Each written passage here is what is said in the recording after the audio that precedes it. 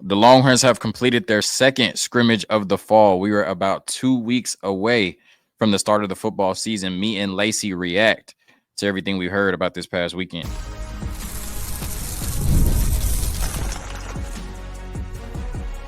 You are Locked On Longhorns, your daily podcast on the Texas Longhorns.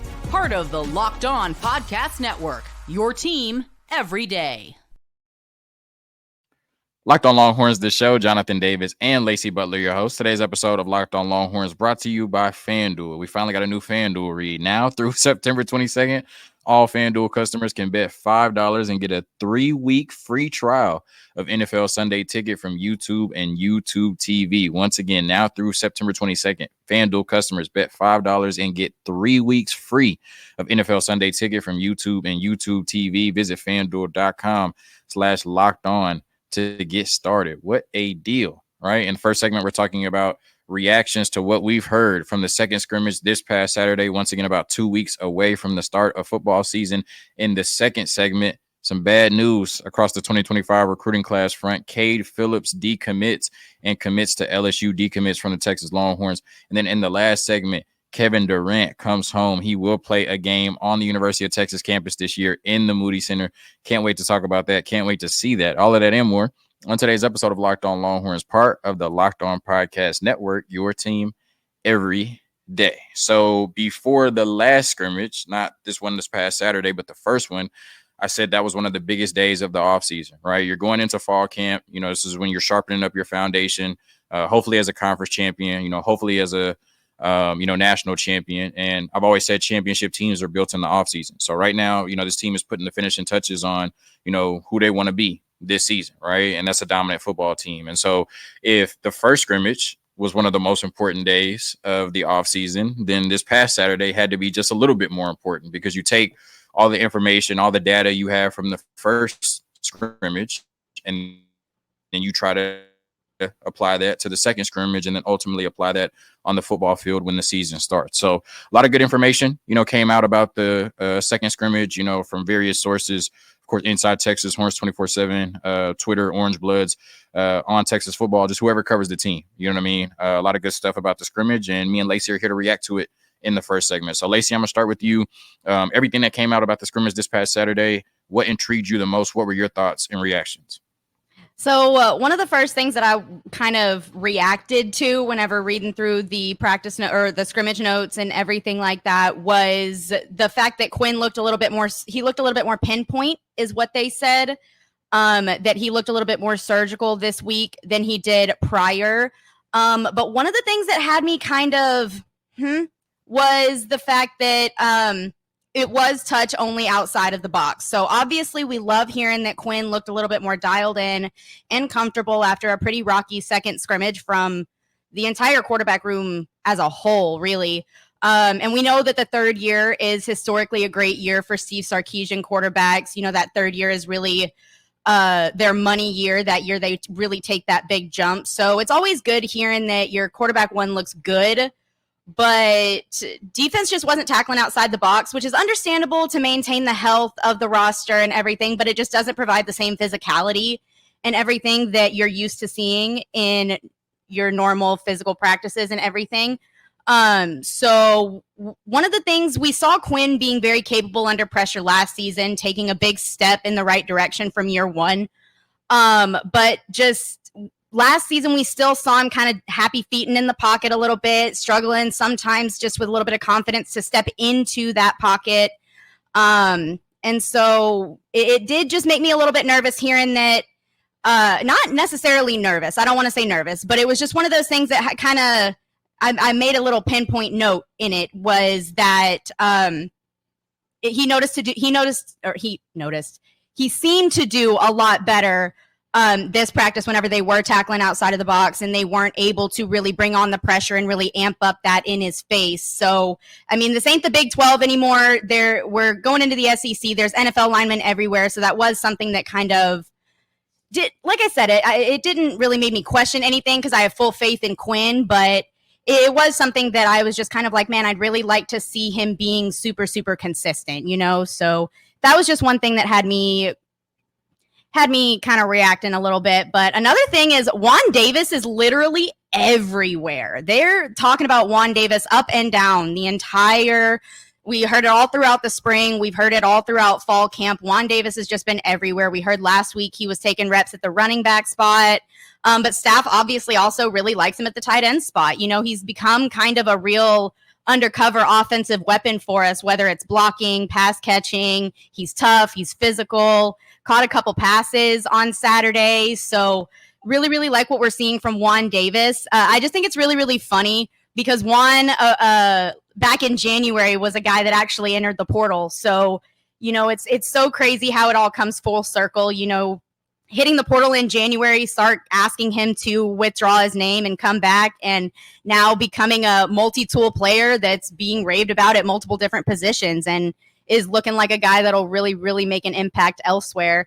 And lastly, the receiver room rotation, it's still just, we're not really talking much about it. And I don't really understand why. We're a couple weeks out of the season. Why are we not hearing about more of a definitive 3-start rotation? Why are we not hearing about Jonte Cook? Where's the radio silence been with him? We're hearing a lot about Silas Bolden. We're hearing better things this week about Matthew Golden than last week. But what is that rotation going to look like? I know I brought it up in my what I want to see from the scrimmage, and I just don't feel like I fully got that yet. So those are my little gut reactions, my little instincts. But what about you? How are you feeling? What are your thoughts on how things went down Saturday? So we talked, last week about, how they should handle the running backs, and in our opinion, and then we got an answer to that, Jaden Blue and Trey Wisner, both, in green non-contact jerseys, definitely something we agreed with, something that, we said could be a possibility last week on the podcast. You want to make sure Jaden Blue and Trey Wisner, they're going to be your bell cows. You want to make sure that they're healthy going into the season, and then walk on Colin Page and then true freshman Jared Gibson. They were able to take full contact. And from everything that, I read, it seemed like Jared Gibson was a lot better from second scrimmage compared to the first scrimmage. You talked about Juan Davis and his versatility. We've talked about Silas Bolden and how he can do everything on the offense. The way that Juan Davis potentially can be used this year, just him being in the backfield or him being lined up at H-back can mean so many things to the defense, right? You don't know if he's blocking, if he's going out for a route, or if he's going to take a carry, right? But you have to factor all three of those things in Steve Sarkisian's offense. So Juan Davis really could be a player, like you said, that once was in the transfer portal and can now really unlock, this offense going into the season with the recent injuries we've had.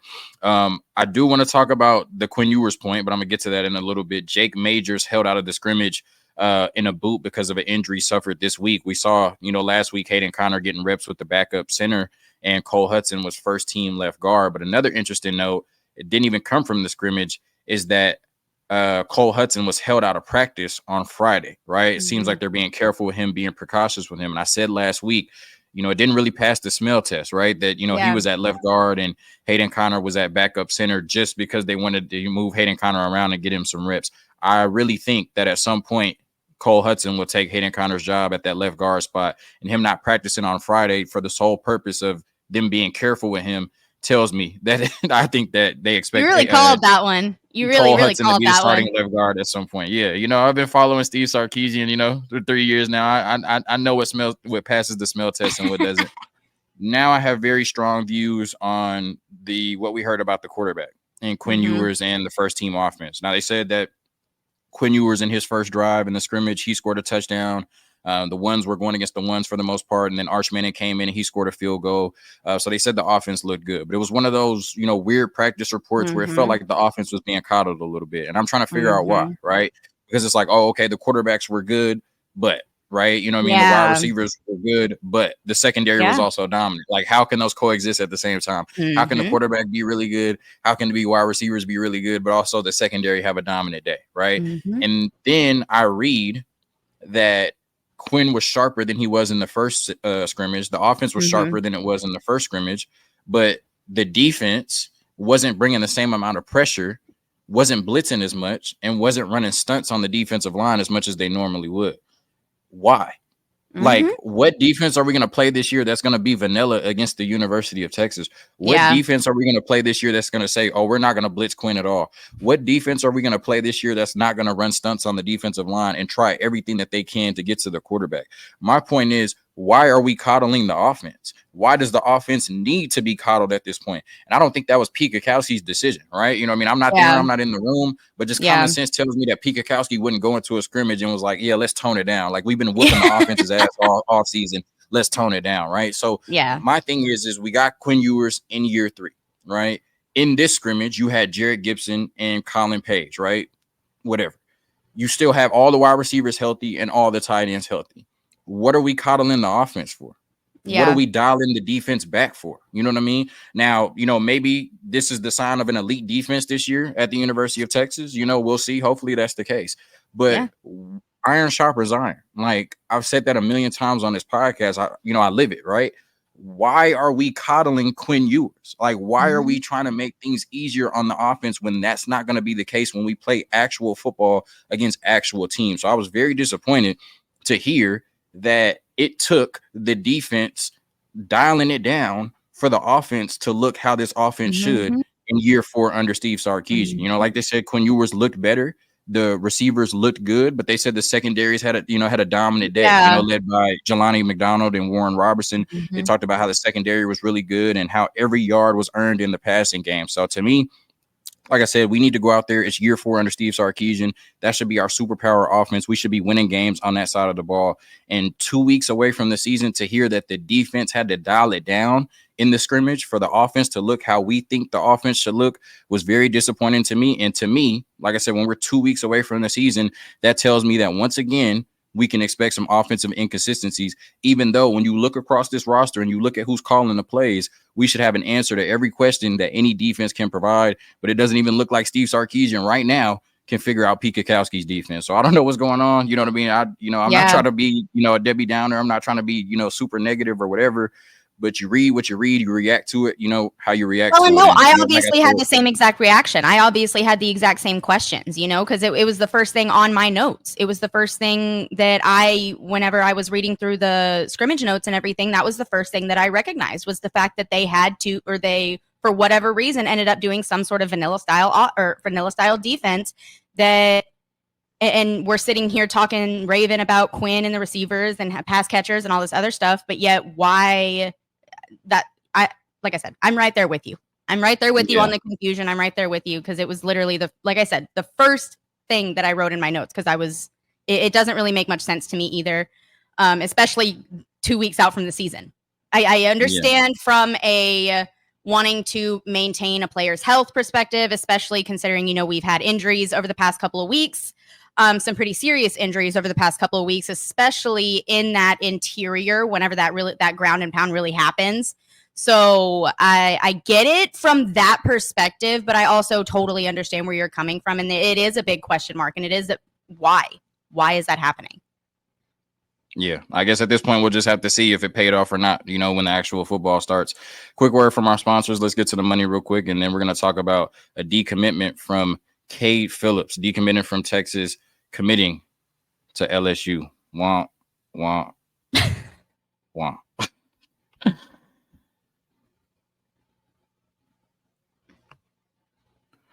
All right, today's episode of Locked On Longhorns brought to you by eBay Motors. Passion, drive, patience. The formula for winning championships is also what keeps your ride or die alive. eBay Motors has everything you need to maintain your vehicle and level it up to peak performance. Superchargers, roof racks, exhaust kits, LED headlights, and more. Whether you're into speed, power, or style, eBay Motors has you covered with over 122 million parts for your number one ride or die. You'll always find exactly what you're looking for. And with eBay Guaranteed Fit, your part is guaranteed to fit your ride every time or your money back. Because with eBay Motors, you're burning rubber, not cash. With all the parts you need at the prices you want, it's easy to make your car the MVP and bring home huge wins. Keep your ride or die alive at ebaymotors.com. Eligible items only. Exclusions apply. eBay Guaranteed Fit only available to U.S. customers.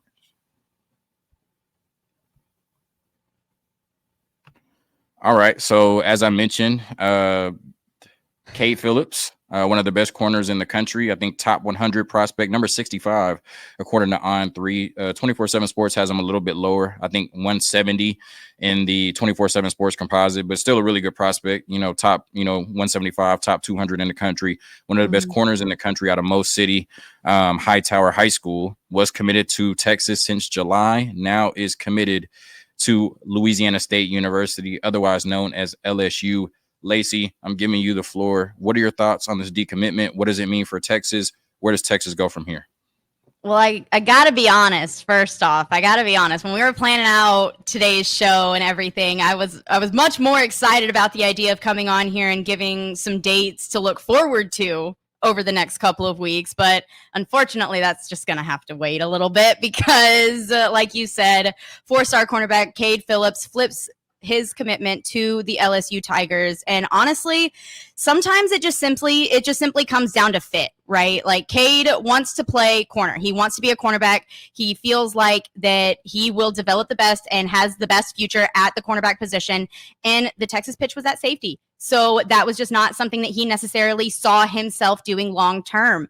Texas did a very, very good job of really getting the family on their side. You know, dad is a big, longtime Longhorn fan. Mom loved the university, and loved what the university offered from him or for him on a personal level as well, with networking, resourcing, everything like that. That was a really big upside for the family whenever it came to the University of Texas. But like I said, Texas really just wanted him as a prospect at the safety position. It also got kind of a little bit dicey with the current state of our recruiting class anyways. Roster spots are starting to get a little bit tight.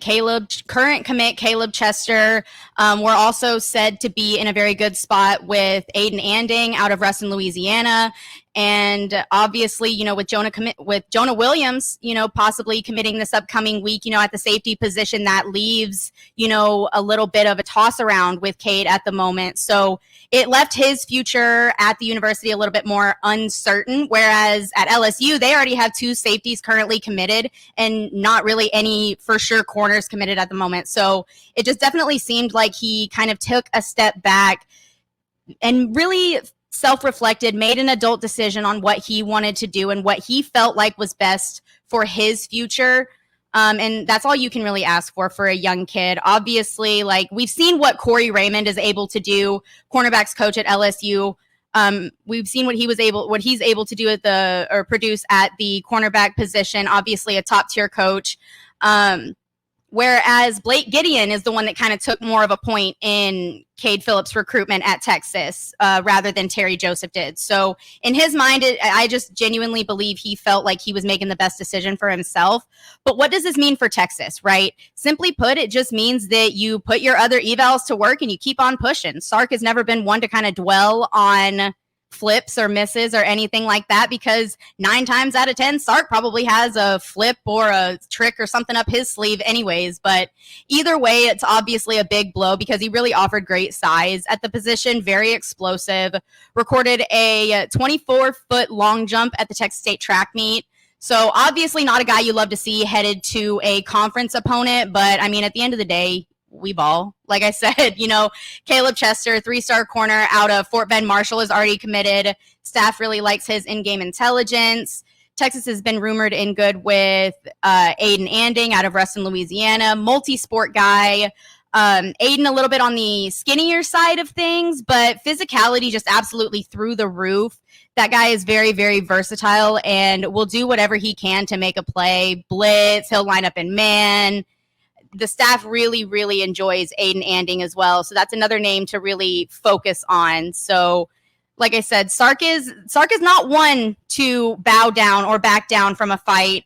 He will still remain in contact with top targets such as, you know, maybe a 5-star corner currently committed to Ohio State, Devin Sanchez, or a Dorian Brew. 4-star corner currently committed to Oregon, both from the state of Texas.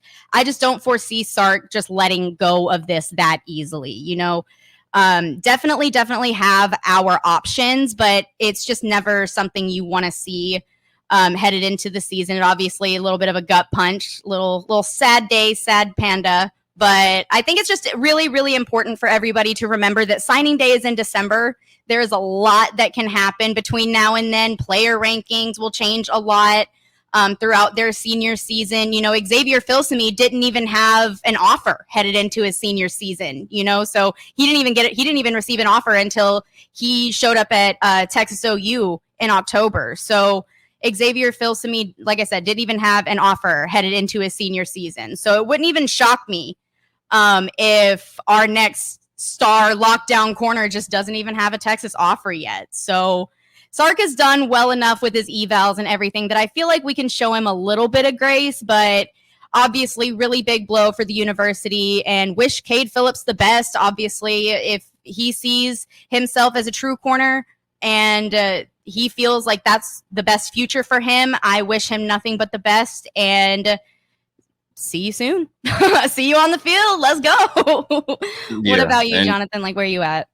Yeah. I mean, I'm, definitely deferring to you on that, but, like you said, if he wants to play corner, in 2 years, we'll be playing LSU with him being a, 2025 commit. We'll see how well he fares at corner, but, as always, these are, high school kids making decisions for the rest of their lives. And if he feels like LSU is the best platform for him to get to the National Football League, then I'm all for it. So, I wish him the best.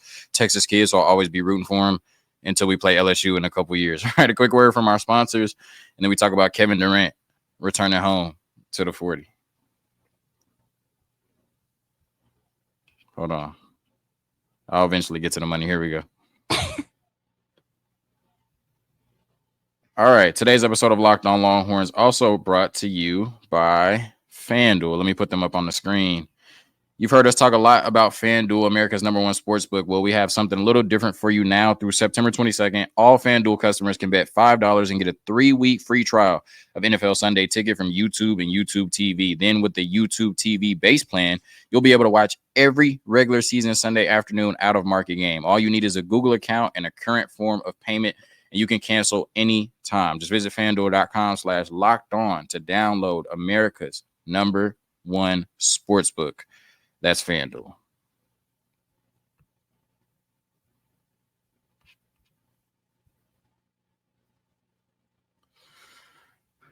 All right, getting out of here talking about my favorite Texas athlete of all time. I haven't been shy about it, Kevin Durant. And we received some really good news last week when the NBA schedule came out, right? The only thing that really mattered to me, because I'm more of a Kevin Durant fan than an NBA fan at this point, even though I am a Bulls fan. We don't have much to cheer about right now, but, hopefully there's better days coming.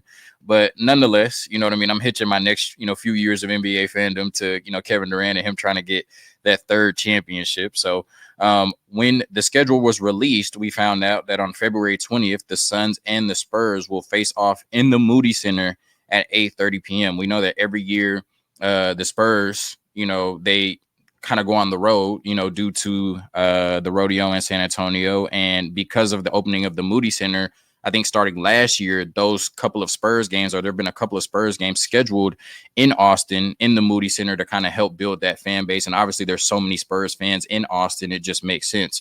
Maybe one day they might even move to Austin. I don't want to piss off any Spurs fans. But anyway, we know that Spurs Suns game will be on February 20th. And obviously, Kevin Durant, one of the best players in the league and one of the best players on the Phoenix Suns, will be featured in that game. So it's just so cool that, KD, who, made a living at the University of Texas, one player of the year, has not played a game on campus since 2007, gets somewhat of a swan song, right? Gets to come back and play one more game on campus at the University of Texas at the 40 acres. I think they did something like this last year, a few years ago, with Asia Wilson at the University of South Carolina, where she played on campus, and it was just an amazing event. And now, as Texas fans, we get to show that love to Kevin Durant, one of our own.